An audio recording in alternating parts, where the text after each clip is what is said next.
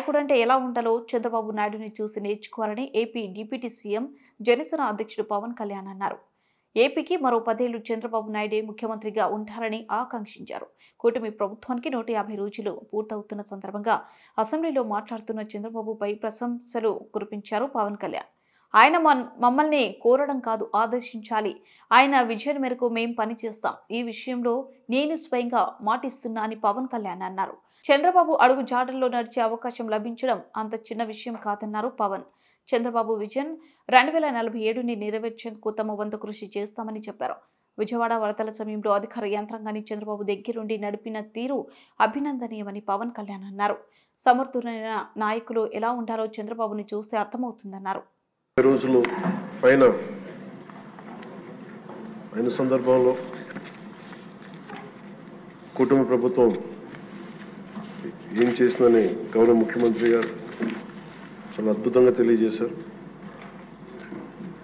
ఈ కష్టం వెనుక ఒకసారి మనం చేసిన విషయాల కంటే కూడా ముందు మనం మాట్లాడుకోవాల్సింది, మనం ఏం ఇన్హెరిట్ చేసాం, ఏం వారసత్వంగా వచ్చినాయి ఒకసారి చూస్తే అధ్యక్ష, గుంతలు, శిథిలమైపోయిన రోడ్లు, విచ్చలవిడిగా పెరిగిపోయిన గంజాయి వనాలు, ఇసుక దోపిడీలు, రివర్స్ టెండరింగ్లు, నిర్వీర్యం అయిపోయిన పంచాయతీలు, ఆరోగ్యశ్రీకి ఇవ్వని డబ్బులు,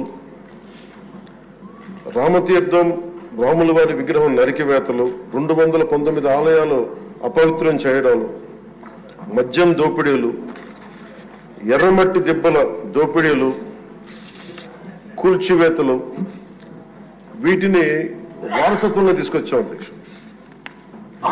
ఆ వారసత్వం మనకి సంక్రమించిన తర్వాత గత ఎన్నికల సమయంలో ఈ వరుస దోపిడీలు, వీరి అరాచకం చూసి ఏ విధంగా దీన్ని రాష్ట్రాన్ని తిరిగి గాడిలో పెట్టాలి అని ప్రతి ఒక్కరి ఆకాంక్ష అధ్యక్ష. ఆ సమయంలో 3 సార్లు ముఖ్యమంత్రిగా చేసి ఈ రోజున భారతదేశంలో తెలుగువారు, భారతీయులు ఎక్కడున్నా సరే దాంట్లో దాదాపు సగం వంతు తెలుగువారే ఉండడానికి ముఖ్య కారకులు.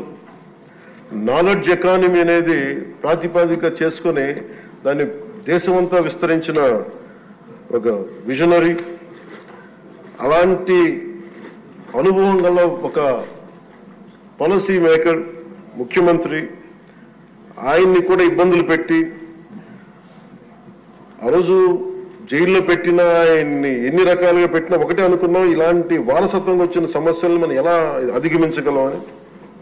ఈ రోజున 150 రోజుల పాలనలో ముఖ్యమంత్రి గారు చెప్పింది, గౌరవ ముఖ్యమంత్రి గారు చెప్పింది చాలా ఉత్సాహం ఇచ్చింది, ఉత్సాహాన్ని నింపింది, భవిష్యత్తు పట్ల విశ్వాసాన్ని తీసుకొచ్చింది. సో మనస్ఫూర్తిగా వారికి నా ధన్యవాదాలు తెలియజేసుకున్నాను అధ్యక్ష. నాకు సంపూర్ణమైన విశ్వాసం ఉంది అధ్యక్ష. ఇది మొన్న మహారాష్ట్రకి వెళ్తే నేను ఆ మాట చెప్తున్నప్పుడు ప్రతిసారి మన రాష్ట్రం మీద చాలా బాధ అనిపించింది.